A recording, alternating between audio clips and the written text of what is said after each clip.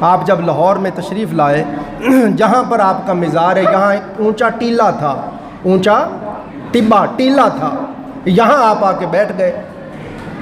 تو جیسے جیسے لوگوں کو آپ کا پتہ چلا کہ یہ خدا کے برگزیدہ بندے ہیں، محبوب بندے ہیں، تو لوگوں نے آپ سرکار کے لیے ایک جھونپڑی بنا دی۔ کیا بنا دیا؟ جھونپڑی آپ سرکار کے لیے تعمیر بنا دی۔ آپ اس جھونپڑی میں بیٹھ کے اللہ کا ذکر کرتے تھے، اللہ اللہ اللہ کرتے تھے۔ اس وقت جو لاہور کا گورنر تھا اس کا نام تھا راجہ راؤ۔ اس کو بڑی تکلیف ہوئی، دن بدن اس بزرگ کے عقیدت مند زیادہ ہوتے جا رہے ہیں، تو یہ لوگوں کو میرے خلاف ہی نہ کر دے، گورنر ہی نہ ختم ہو جائے۔ تو اس نے لوگوں کو بھیجا کہ جاؤ جا کے فقیر کی جھونپڑی کو آگ لگا کے جلا دو۔ وہ آئے، انہوں نے جھونپڑی کو آگ لگائی، حضور داتا صاحب سرکار جلال میں آ گئے۔ آپ نے اللہ ہو کی ضرب لگائی، آگ وہیں بجھ گئی۔ انہوں نے پھر آگ لگائی، آپ نے پھر کہا اللہ ہو، آگ پھر بجھ گئی۔ انہوں نے پھر آگ لگائی، آپ نے پھر کہا اللہ ہو، آگ پھر بجھ گئی۔ اور جلال میں آ کے فرمایا، اوے یہ فقیر کی جھونپڑی ہے، نہ جلی ہے نہ جلے گی، نہ کچھ جلا سکتا ہے، مگر جاؤ جا کے اپنے گورنر کے محل کو دیکھو، آگ لگ گئی۔ پھر یہ راجہ راؤ دوڑتا ہوا آیا اور حضور کے قدموں میں گر گیا اور معافی مانگی، کہ حضور مجھے معاف کر دے، مجھ سے خطا ہو گیا۔ اسی طرح حضور داتا صاحب جب لاہور میں تشریف لائے، ہم ان کے زیر سایہ رہتے ہیں، دنیا باہر کے ملک سے آتی ہے یہاں حاضری دینے کے لیے اور عرس پہ آتے ہیں، تو محرومی ہے اگر ہم ان سے محبت نہ کریں، عقیدت نہ کریں، پیار نہ کریں، ان کی بات نہ کریں۔ بس ایک منٹ دے دیں۔ حضور داتا صاحب رضی اللہ تعالیٰ عنہ کی ایک اور کرامت سنا رہا ہوں۔ پھر آپ جب یہاں لاہور میں آئے تو آپ کو پتہ ہے آپ اجنبی تھے، غزنی سے، یہ افغانستان میں ہے غزنی، یہاں سے آپ شیخ کے حکم پہ آئے تھے یہاں، چونکہ شیخ نے جب کہا جاؤ لاہور میں تو عرض کی حضور میرے پیر بھائی وہاں میرا حسین زنجانی موجود ہے، فرمایا آرڈر دیا نا جاؤ تم۔ جب یہاں آئے تو دیکھا ایک جنازہ آ رہا تھا آگے سے، پوچھا یہ کس کا جنازہ ہے؟ لوگوں نے بتایا میرا حسین زنجانی کا ہے۔ اس وقت آپ دھاڑے مار کے رو پڑے، اس وقت سمجھ آئی کہ شیخ نے یہاں کیوں بھیجا ہے، پہلا ڈیوٹی دار چلا گیا ہے، نئے ڈیوٹی دار کی ڈیوٹی لگ گئی ہے۔ تو پھر آپ یہاں اجنبی تھے تو کوئی جانتا نہیں تھا، پہچانتا نہیں تھا۔ جتنے بھی بزرگ اولیاء اللہ جہاں بھی آئے ہیں انہوں نے کوئی نہ کوئی اپنی کرامت دکھائی ہے، پھر لوگ ان کی طرف متوجہ ہوئے ہیں۔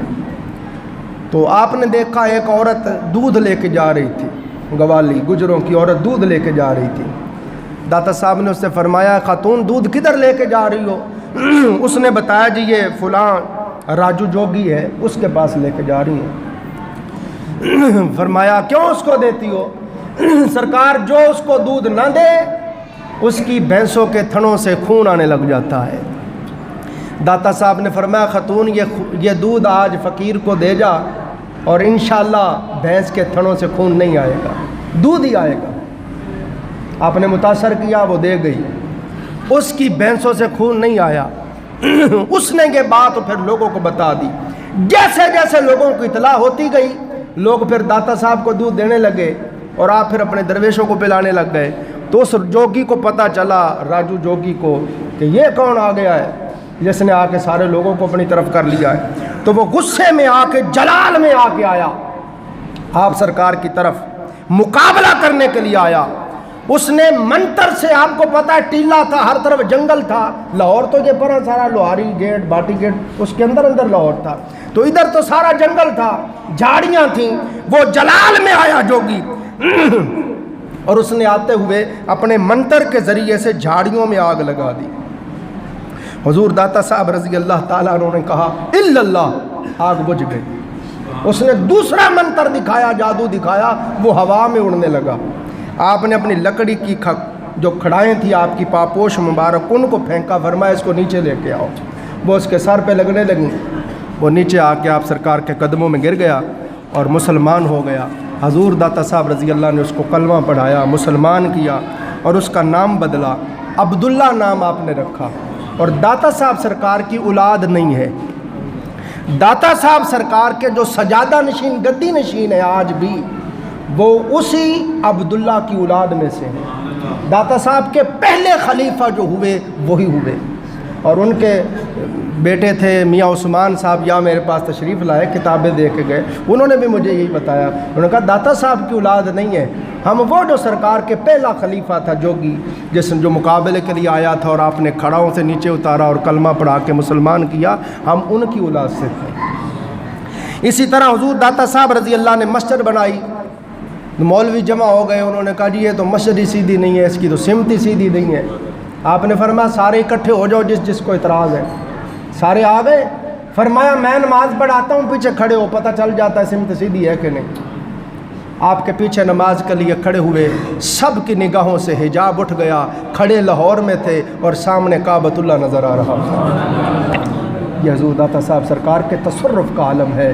ارے شک نہ کرنا، سلیمان پیغمبر کی امت کا ولی 950 میل سے اگر تخت لا سکتا ہے تو امام الانبیاء کی امت کا ولی داتا علی اجمیری یہی کھڑا ہو کے کعبہ کیوں نہیں دکھا سکتا؟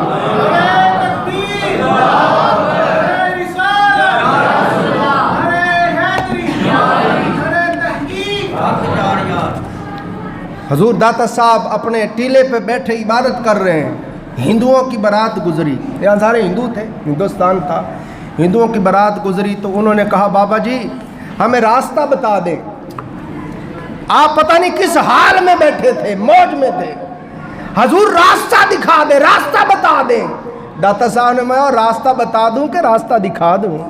کہ حضور دکھا دے شفقت ہوگی۔ اسی طرح توجہ کی، بیٹھے لاہور میں تھے اور یہیں سے گنبد خضرا کا دیدار کروا دیا، سارے ہندوؤں کی زبان پہ کلمہ پاک جاری ہو گیا۔